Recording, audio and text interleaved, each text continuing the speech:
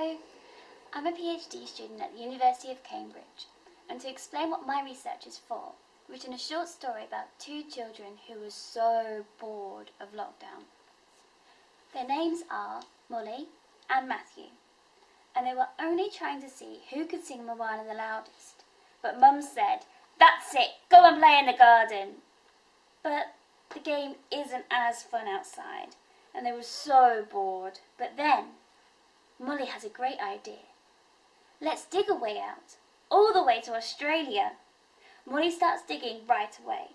Matthew can't wait to ride a kangaroo, so he's practicing bouncing, when suddenly, clunk, Molly hits something. A treasure box. Wait.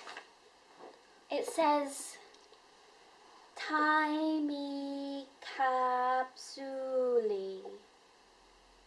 Time capsule. Someone must have put it here a long time ago to show what their life was like. Inside we have a soggy teddy, a soggy newspaper, and a box with a shiny disc.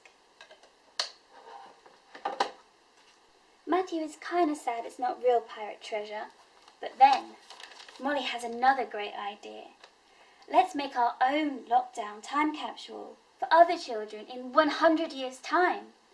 So Matthew bounces inside to get his best rainbow picture and a piece of the jigsaw. Oh, great, Mum won't mind. And a face mask. Great. And some banana bread.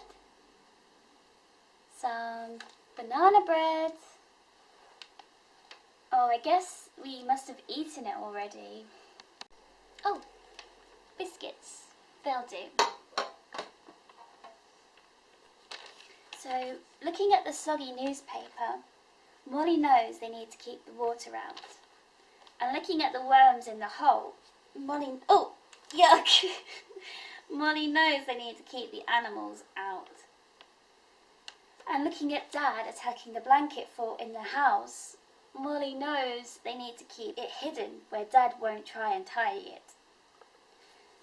So, Molly sends Matthew to work on making the hole deeper so the time capsule can be far away from Dad's and worms, while she starts covering the box in layers of bubble wrap. Oh, great, that will keep it safe from any bumps. Next, a layer of tin foil. Oh, perfect, that will keep it nice and fresh. And for the final touch, great, lots of stickers. That's looking perfect. Molly is so busy and covered in sellotape, she didn't notice. Mum's talking to Matthew. He told her the whole plan already. Molly is so worried about the hole and the mess that her bottom lip starts to wobble. But Mum's laughing. She says this is kind of like what she used to do at the lab all day. Not just eat biscuits like she does now the lab is closed. Like Molly and Matthew, Mum works out how to protect things from water and worms and dads. But instead of protecting biscuits, she wants to protect people from nuclear fuel after it's been used in nuclear power plants. The containers are stronger than a time capsule, and they go into a special room filled with concrete, but it has to last hundreds of thousands of years, and you can't keep water out forever. The fuel mustn't get soggy like the newspaper. Otherwise, radioactive stuff will go into the ground and come back up to the top and hurt people. To stop this, Mum thinks that materials like iron in the box react and stop water from being able to affect the nuclear fuel. So, when the water comes in, it won't be a problem. Mum is making experiments in her lab to check, and other people all around the world are as well. And when they know for sure, then they can dig a hole much deeper than Molly and Matthew did, and put the fuel somewhere safe. Molly's really glad Mum told them all of this, because now she has some ideas to make the time capsule last for longer, and she knows to keep an eye out for any nuclear waste on the way to Australia. Okay, so now I have a few questions for you. 2 questions. Number 1, what is Mum trying to keep safe underground? A teddy, a CD and a newspaper.